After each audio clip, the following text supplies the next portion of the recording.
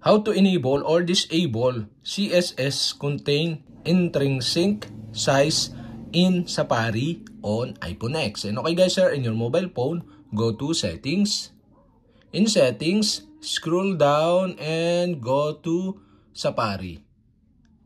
In Safari, scroll down again and go to advanced. In advanced, you can see here the experimental features, okay? Go to this.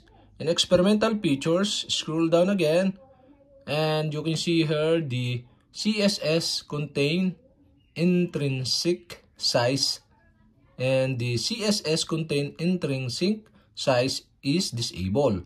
Okay, to enable this, you'll have to do is switch on the switch button on the right side. And okay guys, we have successfully enabled. And to disable again, you'll have to do is switch off the switch button on the right side. And okay guys, we have successfully enabled or disabled CSS contain intrinsic size in Safari on iPhone X.